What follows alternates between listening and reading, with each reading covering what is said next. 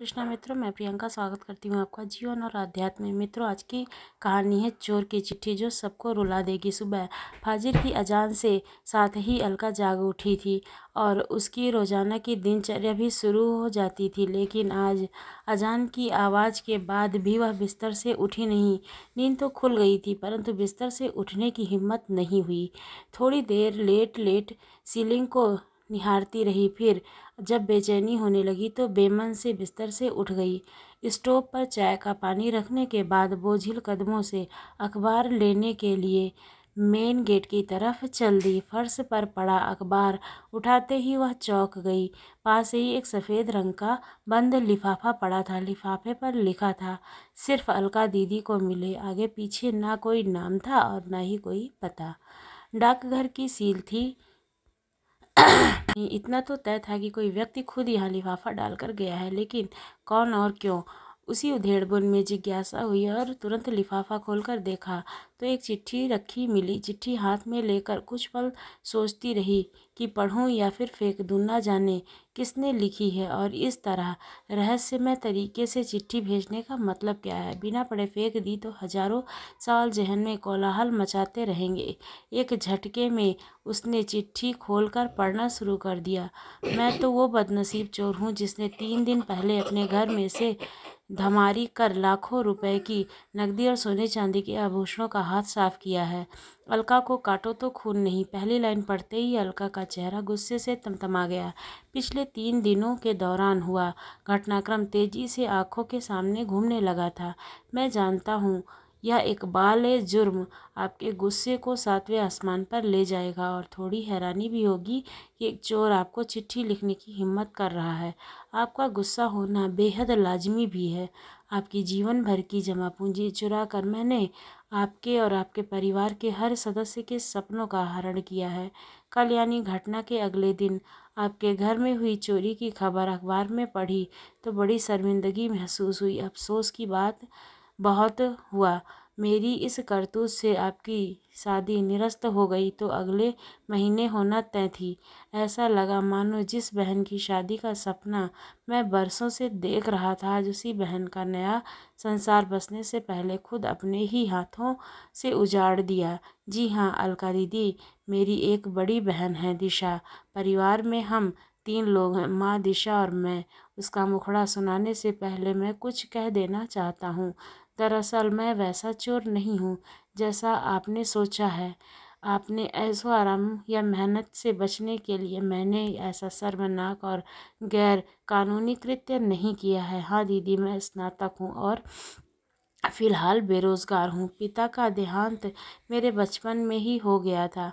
माँ ने सिलाई कढ़ाई और घर में काम करके हम दोनों भाई बहनों का लालन पालन किया और माँ के बलिदान व जुनून की बदौलत ही हम दोनों स्नातक तक पढ़ाई कर सके। फिलहाल किसी छोटी मोटी नौकरी की तलाश है, लेकिन काफ़ी चप्पलें घिसने के बाद भी नौकरी से महरूम हूँ मैं।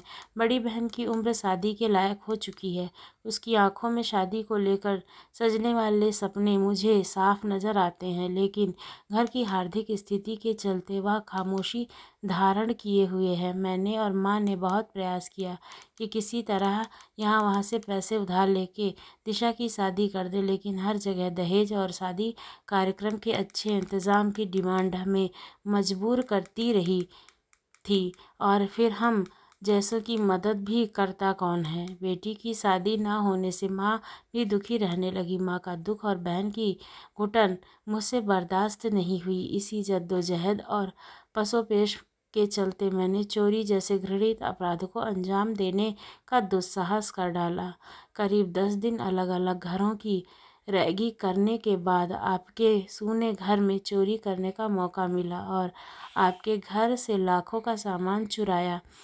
मैं खुश था कि अब धूमधाम से दिशा का विवाह कर सकूंगा, उसके सपने पूरे हो जाएंगे। साफ है, चोरी की बात मैंने ना तो माँ को बताई और ना ही बहन से जिक्र किया। हाँ, इतना भर ज़रूर कह दिया कि अब घबराने की ज़रूरत नहीं है। अच्छा लड़का देखना शुरू कर दो। शादी के लिए रुपए व आभूषण का इंतज़ाम मैं किसी तरह कर दूंगा।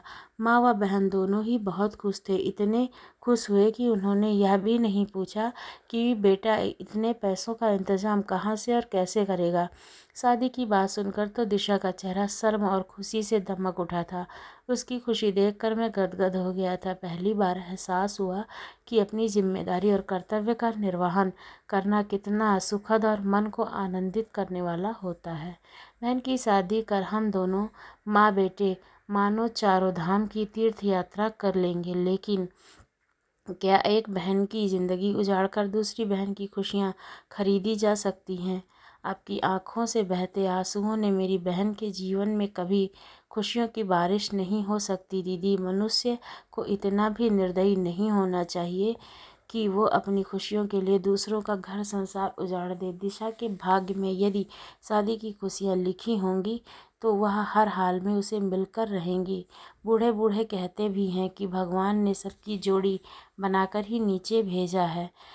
मैंने सोच लिया था कि आपके सारे रुपए और एक एक आभूषण आपको लौटा दूंगा। कल दिन भर चिंतन मनन करने के बाद मैंने सामान लौटाने का यह तरीका अपनाया है ताकि आपसे क्षमा याचना भी कर सकूं। हो सके तो मुझे माफ़ कर देना दीदी। मैंने आपका सारा सामान थैले में रख कर आपके घर के मेन गेट से आकर रख दिया है। जब तक आप सामान नहीं उठाएंगी मेरी नज़र उस पर जमी रहेगी ताकि कोई और सामान ना चुरा ले।